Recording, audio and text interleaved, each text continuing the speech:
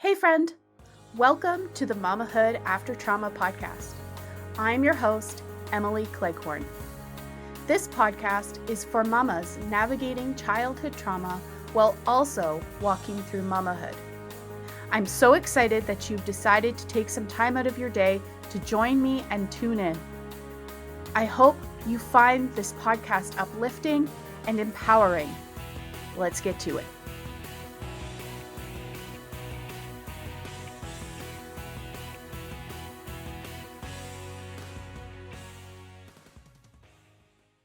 Hey there. Before we jump into this episode, I want to let you know about something that is brand new that you have access to as a Mamahood After Trauma listener. Now, tell me, does this sound like you? You want to give your littles a positive childhood experience. You want the steps to finally heal your childhood trauma. You're tired of the fear holding you back in life, and you enjoy being a mama, and you want to be more present. If you answered yes to any of the above, I would invite you to check out the Mama Untriggered private podcast series. This is a 5-part private podcast series that teaches you how to ditch the emotional roller coaster and bust out of the fear controlling your mamahood. Let's teach you how to calm your nervous system through small, simple steps. I mean, parenting books and workshops are great, but we believe it's better to give you short, actionable audio clips that allow you to take action right away so that they can't escape from your mom brain, right? If this sounds at all interesting to you, I would invite you to head over to subscribepage.io/mama untriggered. That's subscribepage.io/mama untriggered. Now, let's go into this episode of the Mamahood After Trauma podcast. Hello, friends, and welcome to this episode of the Mamahood After Trauma podcast. I am so excited that you have taken some time out of your day to tune in and listen to this conversation. Today, we have the pleasure of being joined by Elena. Welcome. Hi, Emily. Thank you for having me. Oh, thank you for joining me. I am very excited for our conversation. So let's dive right in and have you introduce yourself to our listeners and share a little bit about how you came to be working in the trauma recovery space. Absolutely. So, Elena Turley, I'm coming at you from Sydney in Australia. I think the first thing I always like to say is that I'm a mother of 3, and I guess the main thing is just that I thrive on connecting with women all over the world and learning the stories of women like you who have recovered from trauma, who have found ways to be all of who they are. And for me, that's been a real ongoing thing. You know, it's a constant, I guess, compassionate, curious, and really unpredictable experience being a person in this world who's experienced difference or experienced anything that has changed you. I've become a bit of an observer of the human condition, and I've learned some tools along the way. I kind of sometimes call it an emotional well-being toolkit, because I feel like sometimes emotional well-being is probably the most challenging thing when you experience different things in your life to then just operate in the world, you know. And so a lot of the work that I do now in various different ways is is just really focused on that. How can we be all of who we are in this world that kind of asks us to split into pieces in some ways, to Mhm. be one person here and one person there, the person we are at work, the person we are at home, the person we are with our friends. And I think the thing that really fascinates me is how can we bring all of those together and just be one whole person? Yeah. Yeah, I love that.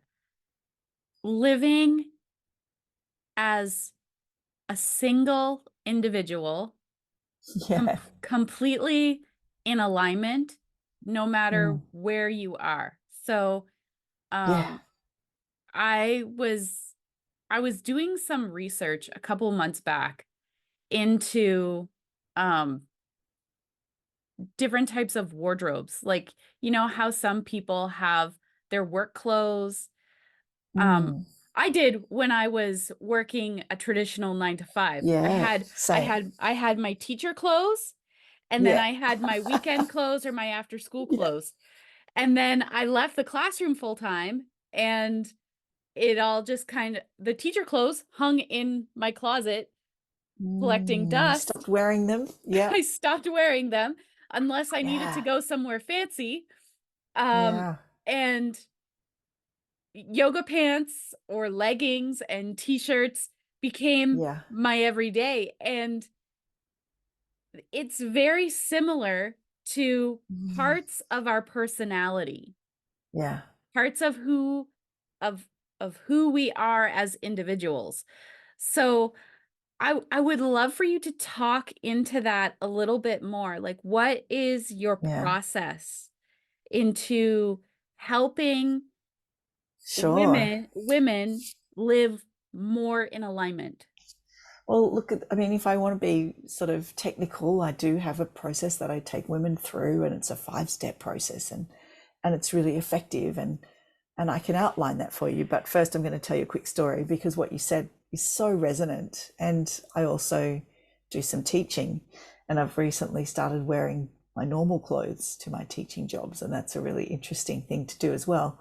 But the other day, I had a speaking engagement, and it was a really exciting speaking engagement for me where I got to promote a crowdfund for a women's shelter in a really remote part of Australia. It was really cool.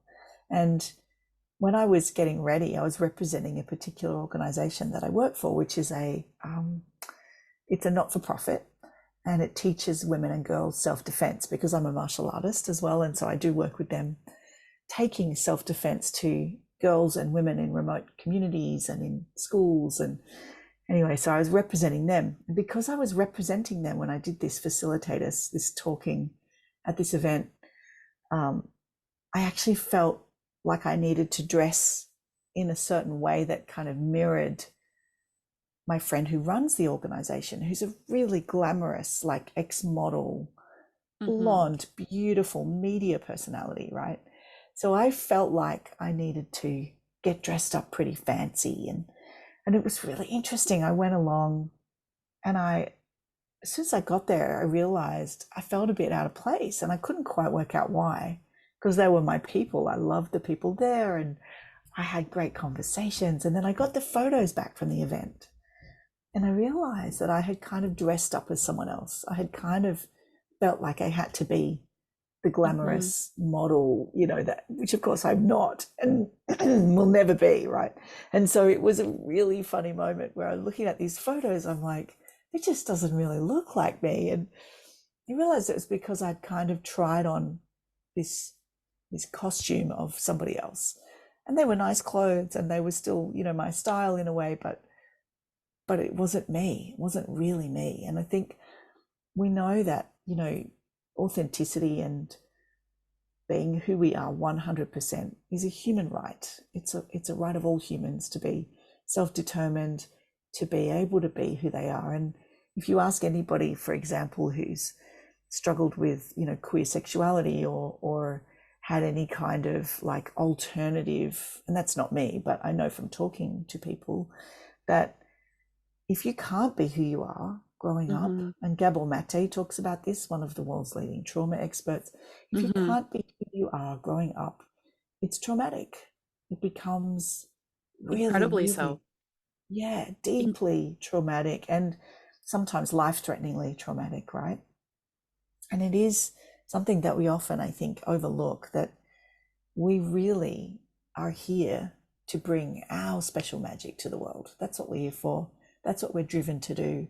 That's why not being able to be ourselves is so painful, because we have this thing to give. And that giving of ourselves is ultimately, I believe, one of the biggest kind of joys and most deepest fulfillments we can have in life.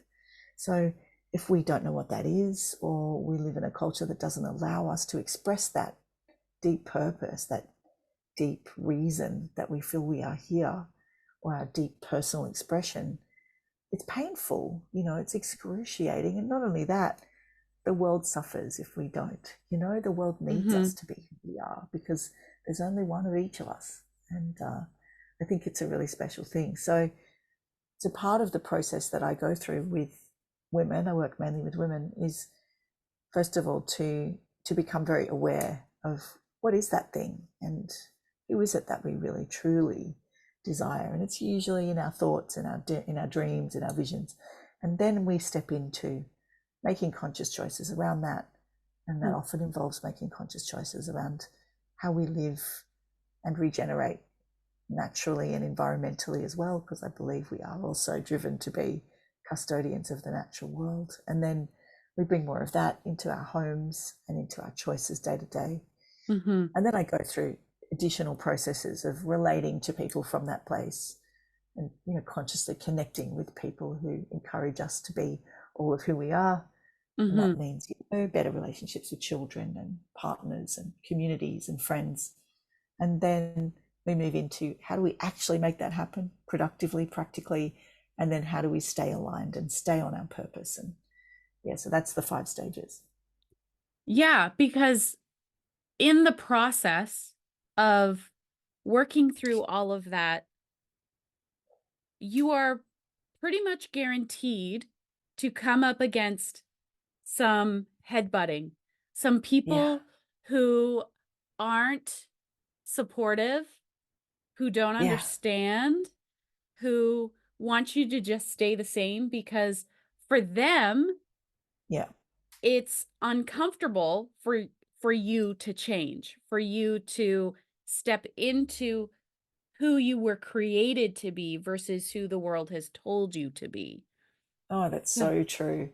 It's so true. And I literally just this week put a huge quote about that on my Instagram, which I'll read to you in a sec. But the other thing I was just thinking about is, I had read something recently, I can't remember where. It's windiest at the top of the mountain. The wind is Yeah. strongest at the top of the mountain. And that's such a beautiful, if you're ready to step into your role, whatever that role Mhm. is, as a leader, as a person that, okay, I've got this special thing, I'm going to show how to live it. Mhm. You, you're going to cop some weather. Oh, yeah. And Yeah. the quote that I did this week, do you mind if I read the quote? It's so Oh, go pertinent. ahead. Go ahead. Said, it's actually a quote that's often attributed to Nelson Mandela, but the reason that it's attributed to Nelson Mandela is that he read it out in his presidential acceptance speech. But it was actually Marianne Williamson, who's a beautiful American thinker and spiritualist, and also leader in her own way. Um, our deepest fear is not that we are inadequate. Our deepest fear is that we are powerful beyond measure. It is our light, not our darkness, that most frightens us. What's interesting is what she goes on to say. We ask ourselves, who am I to be brilliant, gorgeous, talented, fabulous? Actually, who are you not to be? You are a child of God. So I don't use the word God there often. I put my own word in. Your playing small does not serve the world. There's nothing enlightened about shrinking so that other people won't feel insecure around you. We are all meant to shine as children do. We were born to make manifest the glory that is within us. It's not just in some of us, it is in everyone. And as we let our own light shine, we unconsciously give other people permission to do the same. As we're liberated from our own fear, our presence automatically liberates others. Oh my goodness. That resonates so much. So much. Yes. Yes, yes, yes, yes, yes. And you said that was Marianne. Williamson? Williamson. Yeah, she's a Yeah. really remarkable author and Wow. speaker, and yeah. Need to write that down. Yeah, she did this thing called A Course. Well, I think she sort of rewrote a book, or went through something. I think it's called A Course in Miracles, which is this incredible program. It was kind of too deep for me, actually, um, but what comes out of it essentially is that we must always turn away from fear and towards love. That's basically Mm-hmm. the gist of it, right? In a nutshell. And In a nutshell. what that does, setting that intention in your life, it doesn't mean the fear is not there. Of course it is. It just means it's not your focus. It just means you don't Yeah. get stuck there, and you kind of make friends with it, and you almost make it your compass. It's like, well, if I'm Mm-hmm. facing fear, then I need to shift course. I need to change direction, you know? Yeah.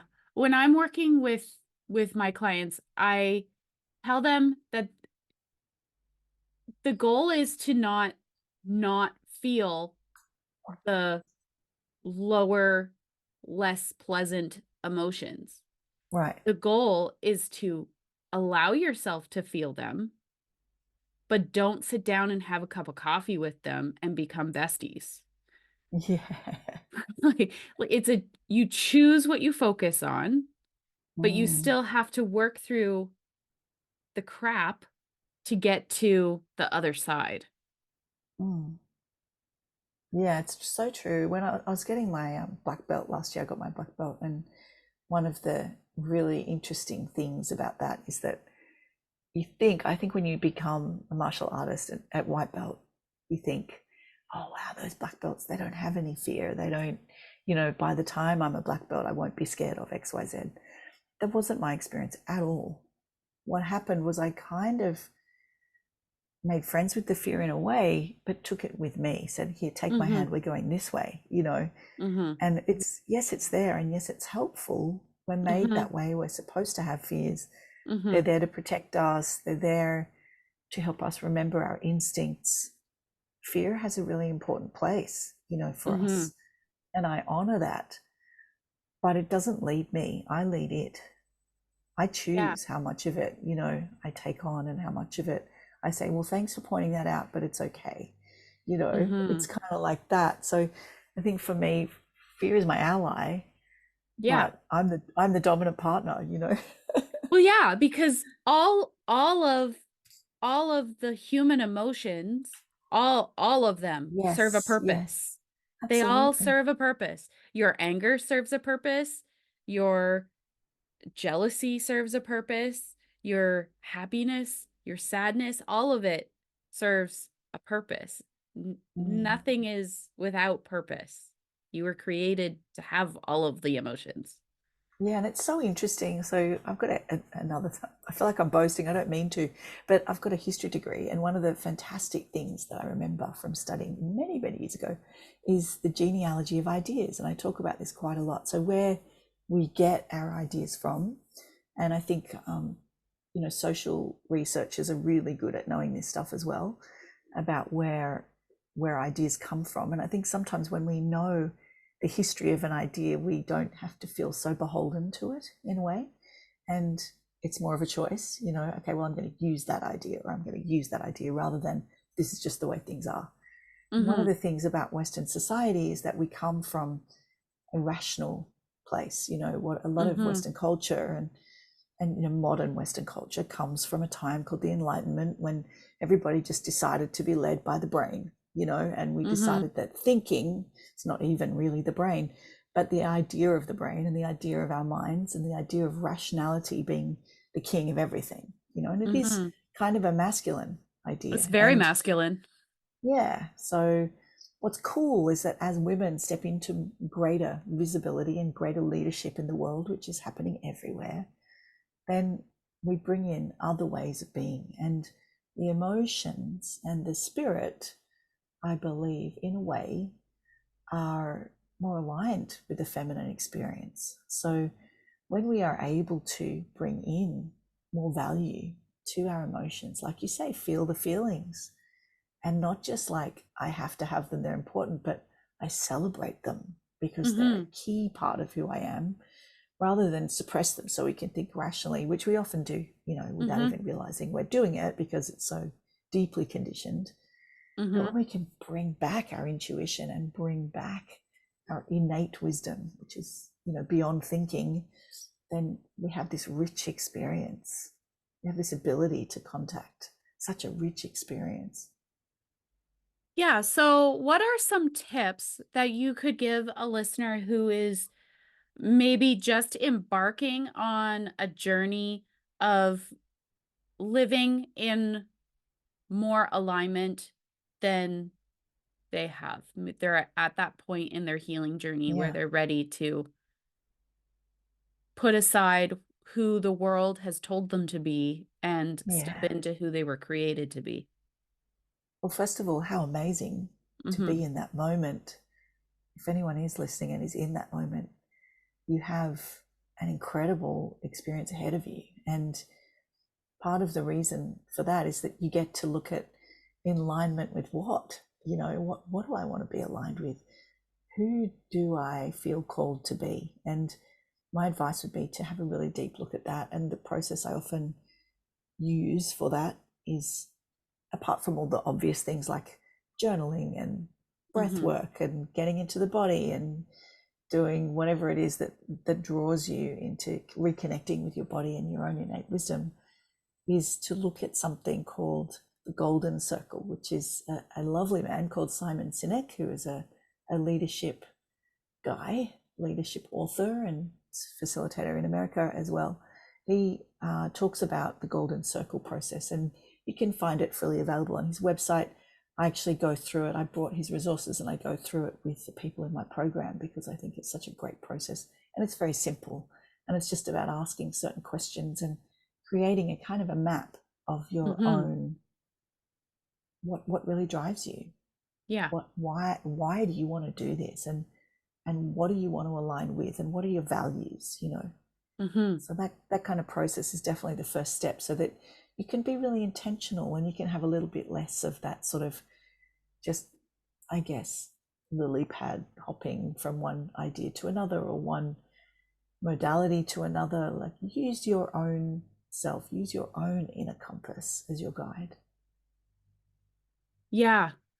Yeah. I've read Simon's book Start with Why, and he is a genius Yeah. in explaining that whole process. Yeah, and compassion led, which I just think is Yeah. so great, because so much of the stuff in the world at the moment, and not all, but a lot, is not compassion led. It's kind of aggressive. It's like, do Mhm. this, do that, do this, do that. And my feeling is that that's ultimately not conducive to you trusting yourself. And No. really trusting yourself is the key, in Oh, my yeah, opinion. it's That's my massive. experience. It might not be yours, right? But that's Oh, what I no, feel. it totally I reckon is. it's pretty human to kind of go, okay, well, we need to sometimes relearn or re-empower ourselves to trust Mhm. within instead of Mhm. looking outside for all the answers. Yeah, especially if you've grown up in a situation where you've been taught that you're untrustworthy. Yeah, or your Yeah. self-worth. For me, it was Yeah. self-worth. And I was in a loving family, but I missed the memo that I was Mm. worthy. You know what I mean? And so a lot of things then kind of snowballed and sort of just cascaded Mhm. following that in my life to kind of reinforce it. And I think whatever we believe about ourselves, we then seek to make right. We seek to make true. And so the way the brain works is, if we believe that we are not worthy, or we believe that Mhm. whatever we believe about ourselves, we will then seek evidence to make Mhm. ourselves right, you know. Yeah. Yeah. So where can our listeners connect with you further if they would like to do so? Sure. I hang out quite a bit on Instagram, and we also have a website. My website's my name, elenaturley.com, ALENATURLEY. So that's usually the easiest place to find me. But yeah, on socials, just under my name, and come and say hi. If you've heard this and something has resonated, I really would love to hear from you. I love to have chats with people all over the world. I've actually just recently shut down a blog I've been running since 2009 and now focusing more on podcasting. I have a podcast as well. So, yeah, lots of good ways to connect. Awesome. Thank you so much for joining me today, Elena. It was a pleasure speaking with you. And until next time, friends. Thanks, Emily. Thank you so much for taking time out of your day to tune in to this episode of the Mamahood After Trauma podcast. If you would like more of the Mamahood After Trauma community, make sure to look in the description of this episode for the link to become a Mamahood After Trauma Inner Circle member. Until next time, Mama, keep